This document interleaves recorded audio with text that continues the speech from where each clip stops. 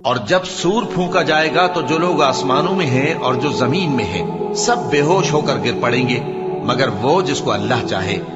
پھر دوسری دفعہ سور پھونکا جائے گا تو فوراً سب کھڑے ہو کر دیکھنے لگیں گے، اور زمین اپنے پروردگار کے نور سے چمک اٹھے گی اور اعمال کی کتاب کھول کر رکھ دی جائے گی،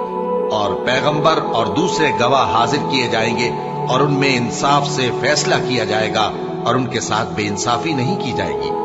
اور جس شخص نے جو عمل کیا ہوگا اس کو اس کا پورا پورا بدلہ مل جائے گا، اور جو کچھ یہ کرتے ہیں اس کو سب کی خبر ہے۔ اور کافر گروہ گروہ کر کے جہنم کی طرف ہانکے جائیں گے، یہاں تک کہ جب وہ اس کے پاس پہنچ جائیں گے تو اس کے دروازے کھول دیے جائیں گے، اور اس کے داروغہ ان سے کہیں گے کہ کیا تمہارے پاس تمہیں میں سے پیغمبر نہیں آئے تھے جو تم کو تمہارے پروردگار کی آیتیں پڑھ پڑھ کر سناتے اور تمہارے اس دن کے پیش آنے سے تمہیں ڈراتے تھے؟